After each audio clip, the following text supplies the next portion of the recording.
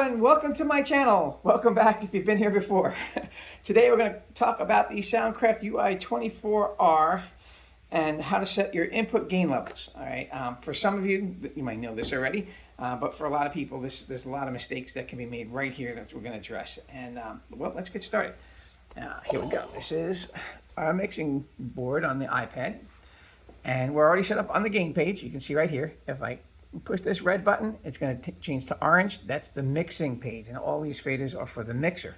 But when I hit that button again, there we go, it goes to red and it says gain, and that's the word that's highlighted, and these are all the gain settings. Now here on this channel I have a drum machine, and that is right here. That's the Boss Dr. Rhythm, the DR3.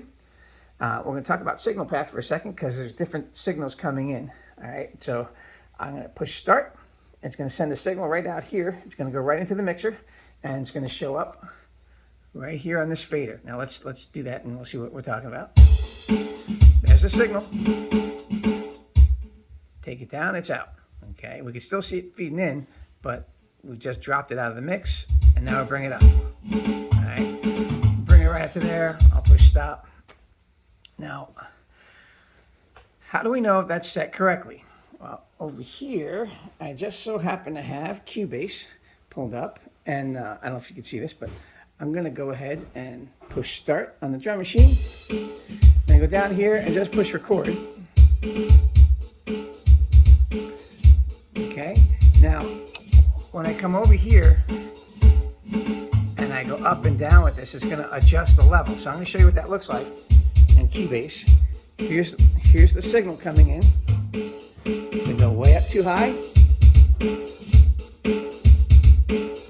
and go all the way down low, and you can see how it changes. Okay, so let's stop there. Now what we're going to do is we're going to introduce a bass guitar. And I got that right here behind me. I don't know if you can see that. It's a Schecter Omen Extreme, and that signal path is set up behind all the stuff. There's a bass amp. You can see the corner of it right there. And that's going into the 24R, and it's a different type of signal. So when we kick this on, and you just turn it on, you can hear it. All right, I'm going to go to the bass channel. We're on channel 19 this time. And here we are in the mixer, channel 19. Now you see, by comparison, all these other faders, they're all way up there, except for that snare. And channel 19 is way down here, all right? And that's because we have a hot signal coming in.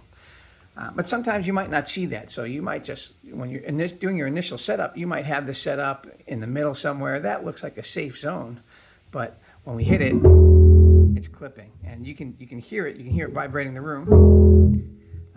Also, what happens is sometimes the musicians will turn their instrument down, and so here we have, I'm really hitting that low E, I'm banging on it, and we're just clipping, just barely clipping.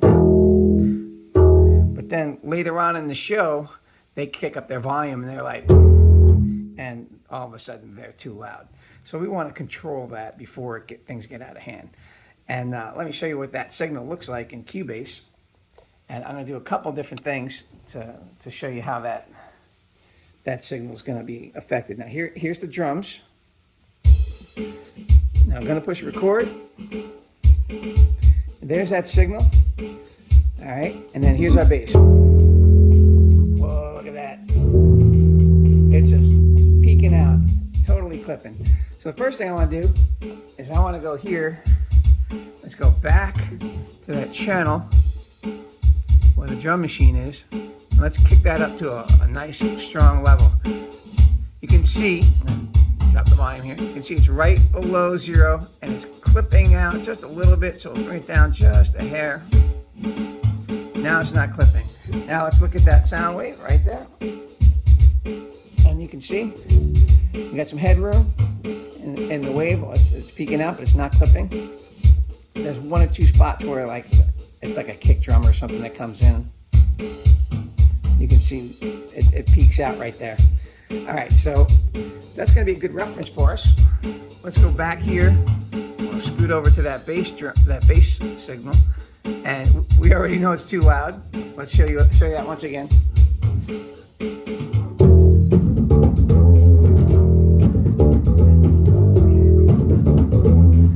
Clipping way too much. So let's go back here and let's drop that down. And I already know it needs to come down to here. All right, and that should be a good level right there for us. And we'll see what it looks like on the Cubase. So here it goes.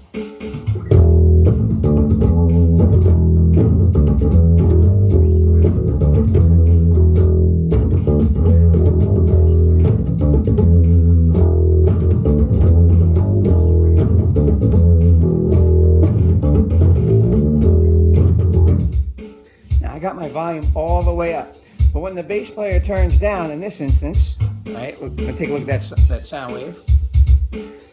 Here we go, you ready?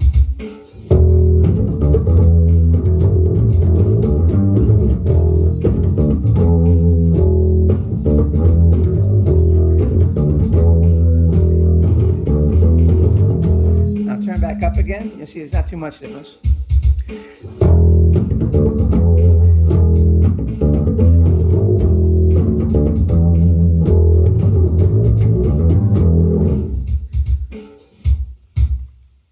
All right, so let's just scroll back and take a look at these a little bit.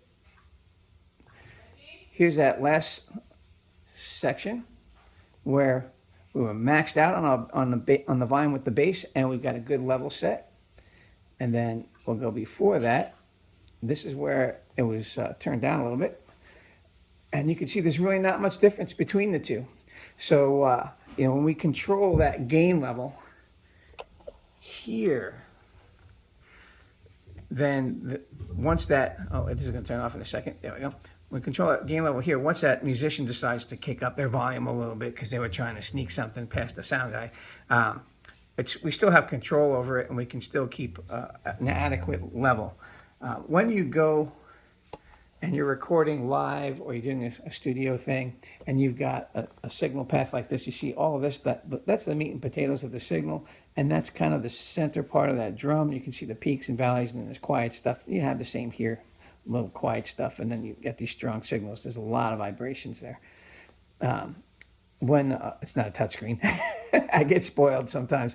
But when we go back to where that clipping was, when you have a signal like this, you can't take that out. You can't, once it's in there and it's recorded, it's done. You can't filter that. It's always going to be clipping. You're going to have to go through, lots of efforts to try and fix that. When if you just set your input level right the first time, then you'll have a nice signal that looks like this, and you can do all the EQ, and it's going to sound great. So that's the basics of how to set up your gain staging. Now, if you don't have Cubase to run that through, again, I'm going to go over here and show you what it looks like coming through the PA system. I'm going to crank that bass up all the way, and you can see it here, and watch that signal. It's going to go.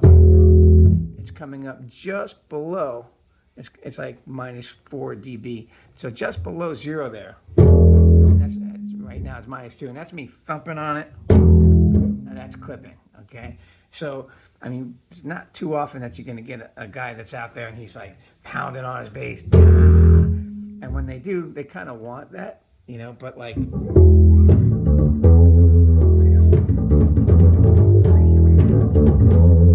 So I clipped a little bit just there. I could probably bring it down a hair.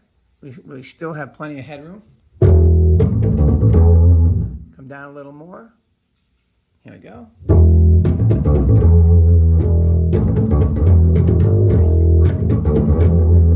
And I'm really thumping on that low E. And it's eventually it's gonna clip at some point in time, just like with the drums.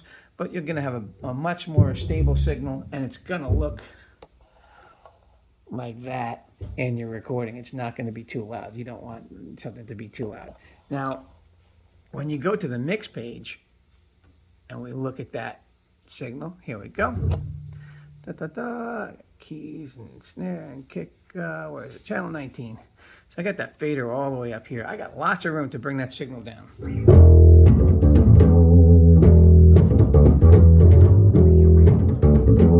Now you can hear it's not clipping. You can Hear that pretty clear. It's a little bit of bite in the amp, but that's not clipping. And when I hit that, you know, really hard, we're all the way down here, like negative 18 dB. We can bring that up or down with the fader here, but we got lots of room to go up, and we got lots of room to come down because we've got a proper gain level set. And well, that's the gist of it. This helps some of you guys to figure out these things and get better control of your mix. And remember, this is all about quality of sound over quantity of sound. And I hope that helps. So thanks for watching. Please subscribe and like the channel, and I hope to see you on the next one. Have a great day.